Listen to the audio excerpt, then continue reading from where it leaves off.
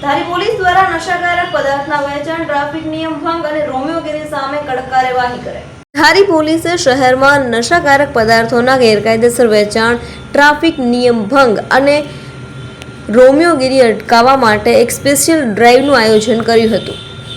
રાજ્ય સરકારના જાહેરનામા પાલન હેઠળ આ કાર્યવાહી હાથ ધરવામાં આવી હતી.